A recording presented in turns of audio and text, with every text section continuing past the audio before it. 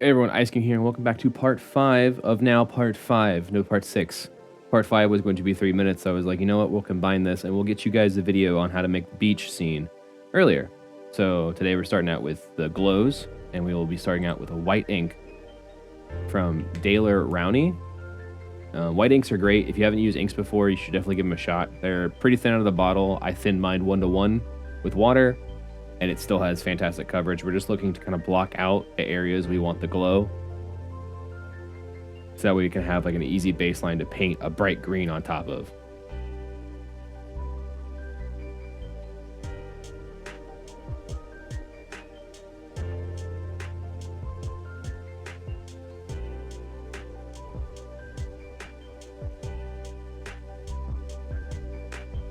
Taking advantage of speed paints, we're going to be using Shamrock Green mixed with some Orc Green to get the foundation color down.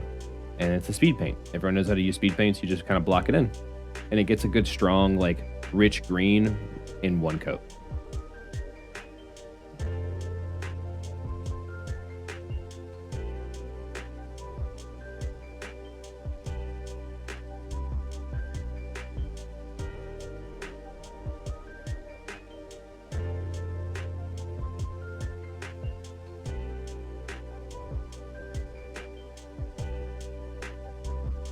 Now just doing a single coat of Shamrock Green.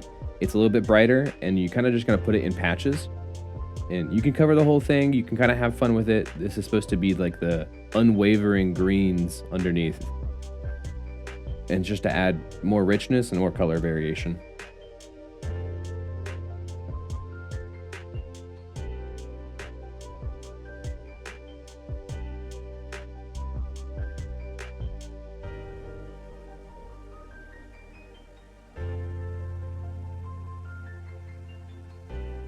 Now going in again with the white ink, I thinned it 2 or 3:1 of water to paint, and I'm just putting it in the recesses and the corners because that's where the glow is going to be the brightest. And I'm no expert in glowing effects at all. I very much did this as much as this was a full effort model. This was also a learning model for me, which is okay. You don't get better unless you just try your hardest on one model, and that's what I did.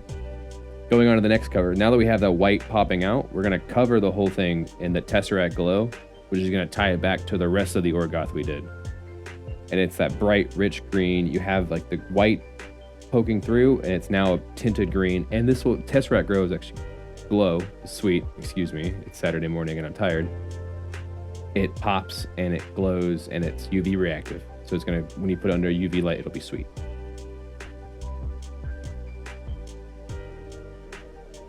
Now doing the rest of the touch-ups, painting over the gloss red. Some of the paint doesn't always stick, so we're just going over the areas with it's usually the coal black because it's like the areas you touch most. Just going over with coal black, touching up, clean up the whole model. If any other spots have shown through, clean it up now. This is the time. Now we're gonna do some highlights on the rockets, which we did that flat red before. We're gonna do a Nova orange highlight.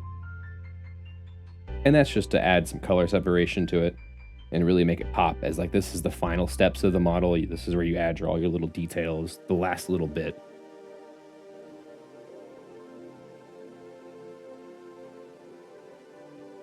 And we're going to highlight the silver now, just using a brighter silver. You can go straight to this bright silver, or you can mix it dark silver and silver. Both are pretty good. I was just doing little spot highlights on all the silvers. We're only doing one simple highlight on the black because the red's so striking I didn't want to take away from it. We're just doing a neutral gray highlight on the coal black areas. Now we can get into the base. This is where I'm going to ramble a bit. There's my cool little logo I printed because I didn't like the resin 3D printed base. So now I'm placing the Gharlghast on the base, and the idea is I want to see where it fits on that base, and then now I have the markers. Excuse me. Now I have the markers on the base, so I'm trying to figure out where I want to put the model, and now I'm putting on diorama FX effect. Is that how you say that? I don't know. But just get a ton of it on there. This is to get an even layer down first.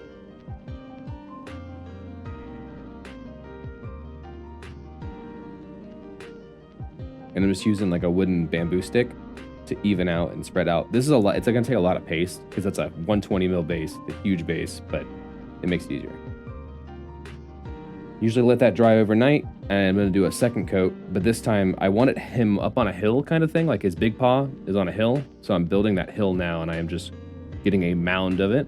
And then now I'm leveling out that hill that we built.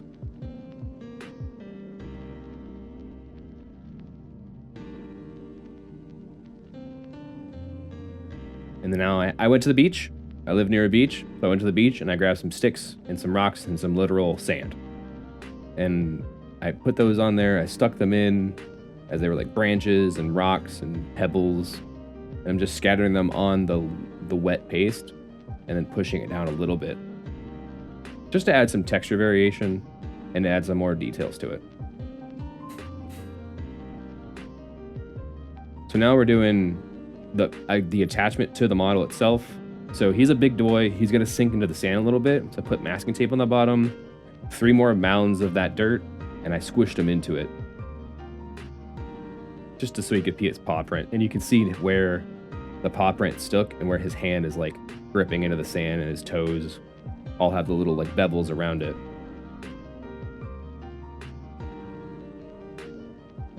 Now we can go into painting it. I primed it white twice, like 2 good coats, and it still wasn't perfect coverage, but that's okay. Going in with an enamel paint, so make sure you let your primer dry for like 48 hours. It's my cute little enamel holder because I don't want to spill it. But AK Interactive Beach Sand, and you just get an old brush you don't care about, and you just cover the thing, and it has a pretty cool capillary effect. And this is where we actually did 2 coats. So yeah, just cover the whole base in it.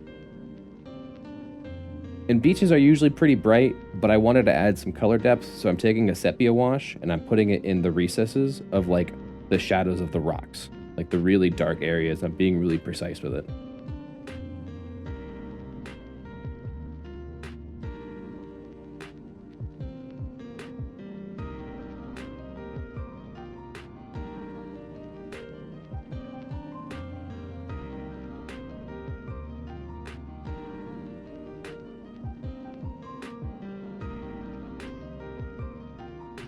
Painting all the sticks and like the dirt rubble, like the washed up logs, all a warm brown base to start out with.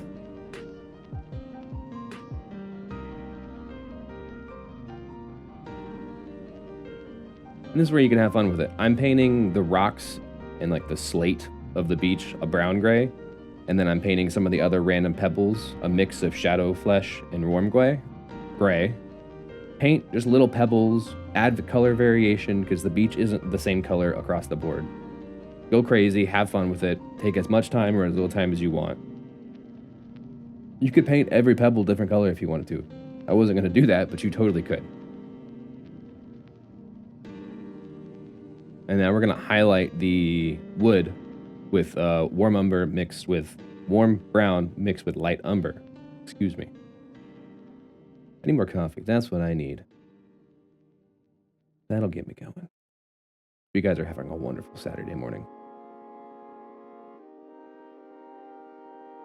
But yeah, just highlighting the wood, going with the grain of the wood to try to add that color depth and stroke, like the strokes of the wood. Yeah, take that for what you will.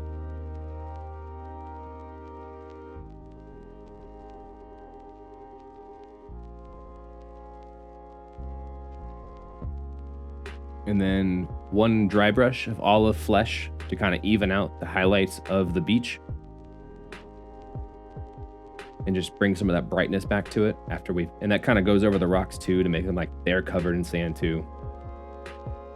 And then after that, you top coat it with a matte coat. You top coat the model with a matte coat of like the areas that need the matte coat, like the skin and the armor, so it has that protection.